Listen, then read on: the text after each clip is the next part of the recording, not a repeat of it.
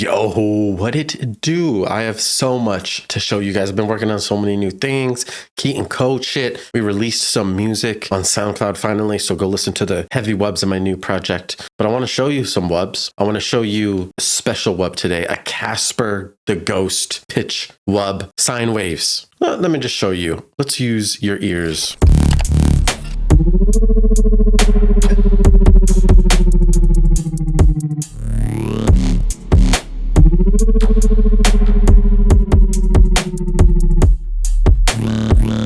Accompanying it is this lower Casper boy.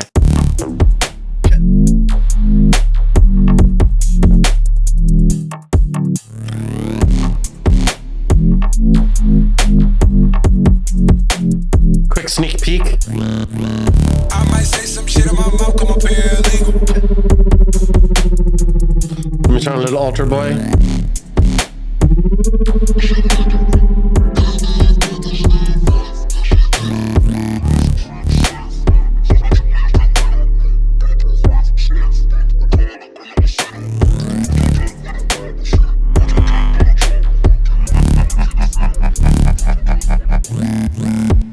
All right, that's a little sneak peek of what is coming. You already know what it is, but I want to show you these wubs, right? I'm going to make another video showing how to do this call wub, which is like this big ass reverb wub. Sounds dope, but today is the Casper and the Ghost day. I'm going to turn off all this post-processing. Keep in mind it's pitch bending, so we're automating this pitch bend. That's why you hear it going up and down in pitch. Let's listen to that. This is sine waves. The note that we're using right now is D0, okay? In Serum 2, we're using two sine waves. So on oscillator A and oscillator B, load up basic shapes, or if you're on the default shapes, go to wavetable position 2. We have a filter on, and we have one piece of effects on, which is compressor. I'm gonna turn off the compressor for now. I want you to make this LFO at the bottom, this shape right here, curve this up a little, and put it on 1/16th triplet. Turn on trip right here. That's what's gonna get us the speed we need. Otherwise it'd be like the 116T. LFO1 is on 4 different things. This oscillator C, we don't have to worry about it. It's actually just going to be on 3 different things. So on oscillator A, do octave 2 for the sine wave, do random 0. Oscillator B, do octave 3 for the sine wave, and do random 0 as well. You see these two sine waves are different. That's just because one's basic shapes and one's default shapes. You can change this to basic shapes right here if you want it to be exactly the same as mine. Otherwise, the default will be the saw, and then you change it to the sine. Not too sure if these two different sine waves are making a difference. It should sound exactly the same with whatever direction this sine wave is going. You know what I mean? But you can experiment. PD from B has to be on, and we're going to turn it up to 45%. If it's not on, it's similar. This gives it extra harmonics when you go to 45. We're basically bringing in this higher octave sine wave into this lower octave one, and they're forming together.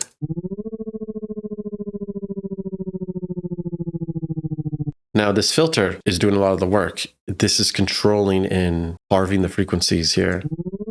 You can visually see it happen. B, you see, is turned off on purpose. Only A is on. So oscillator B, all these higher frequencies are actually playing, but on oscillator A, they're getting cut, like this filter is cutting. That's before, and then after A. So we're carving oscillator A, but not carving oscillator B. You see? Cutoff is at 10. LFO goes on it, goes up 21. Resonance is 44. Drive is 37. This is turning it up a little bit, that drive. That's important. The resonance is activating the resonant peak. Make it sound a little cooler.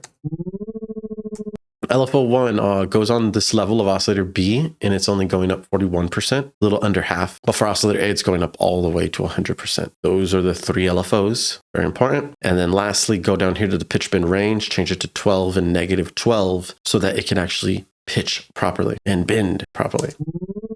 You can see the pitch bend knob going up and back down. 12 semitones is an octave, so we're going up an octave and then walking back down ever so elegantly. All right, so listen, full mix.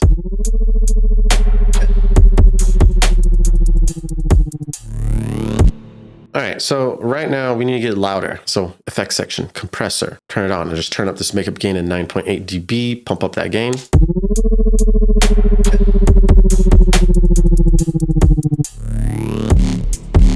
At OTT, it's going to 9.5 dB output, 1000% time. This improves dynamics, and amount is 60%.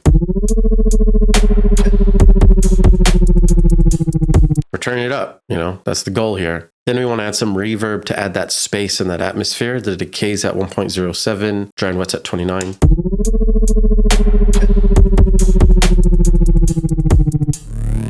Then I'm going to EQ this signal and clean it up. I'm going to cut all the lows at 144 Hertz. I'm going to boost these highs at 1.9 thousand.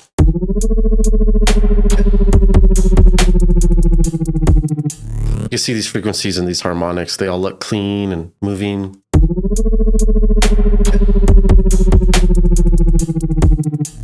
For extra spunk and finesse, I turn on this Haas effect, which adds width and wideness. But the thing is I'm automating it. So it's like starting mono in the middle. And then as it progresses in time, it opens up and gets wider, which adds a cool effect over time to make it less boring.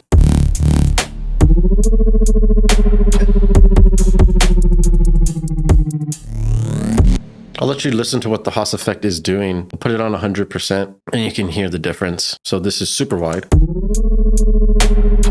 And this is super mono. In the middle.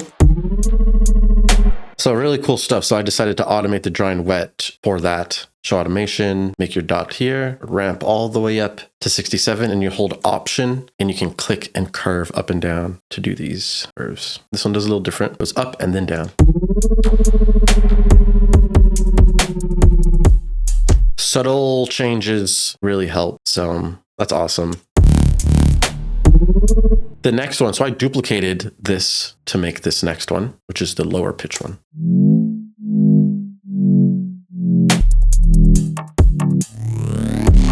This one does not have the reverb on right now. You can add this reverb at a low decay, and you want to kind of cut these lows out too to clean it up.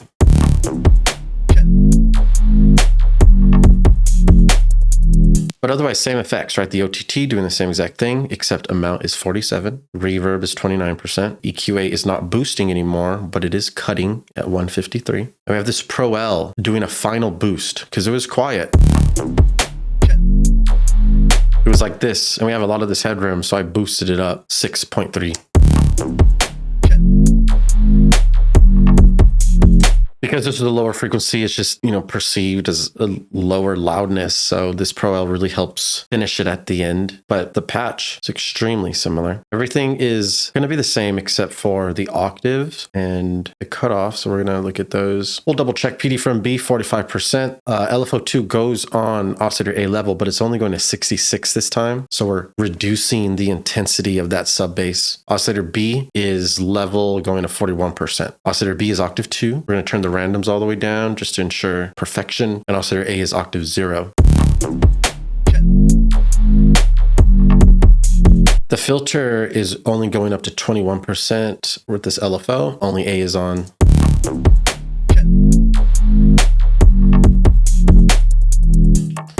LFO shape is the same, but the rate is 1/2. Triplet's still on. And then the FX section, we have the compressor still at 9.8 dB gain. So minimal changes.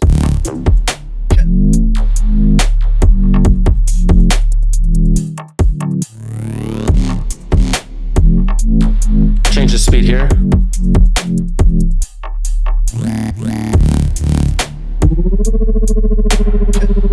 Hey. Oh. Woo.